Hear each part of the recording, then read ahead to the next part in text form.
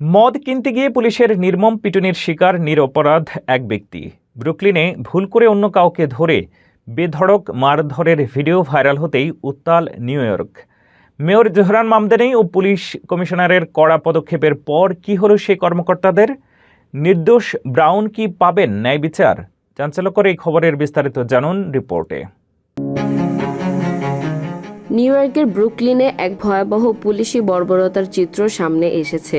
মাদক ব্যবসায়ী সন্দেহে এক নিরপরাধ ব্যক্তিকে লিকার স্টোরের ভেতর ফেলে বেধড়ক পিটিয়েছেন দুই ডিটেকটিভ। পরে জানা গেছে ওই ব্যক্তিটি সেই সন্দেহভাজন অপরাধী ছিলেন না। এই ঘটনার ভিডিও ভাইরাল হওয়ার পর অভিযুক্ত দুই কর্মকর্তাকে সাময়িক বরখাস্ত করা হয়েছে।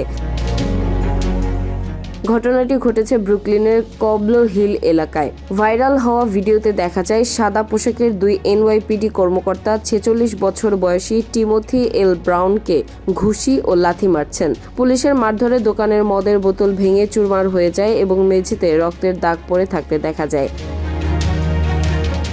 ভুক্তভোগী ব্রাউন জানান তিনি কেবল মদ কিনতে দোকানে ঢুকেছিলেন। পুলিশ তাকে হঠাৎ করেই ধরে মারধর শুরু করে এবং বাধা না দিলেও রেজিস্ট করার অভিযোগ আনে। পরে তদন্তে দেখা যায় ব্রাউন কোনোভাবেই মাদক কেনাবেচার সাথে জড়িত ছিলেন না। পুলিশ যাকে খুঁজছিল তার পোশাকের সাথে ব্রাউনের পোশাকের মিল থাকায় এই ভুলটি ঘটে।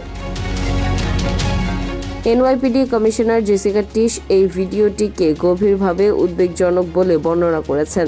মেয়র জোহরান মামদানিও এই ঘটনার তীব্র নিন্দা জানিয়ে বলেছেন, পুলিশের এই আচরণ কোনোভাবেই গ্রহণযোগ্য নয়। বর্তমানে পুলিশের ইন্টারনাল অ্যাফেয়ার্স ব্যুরো এই ঘটনার তদন্ত করছে।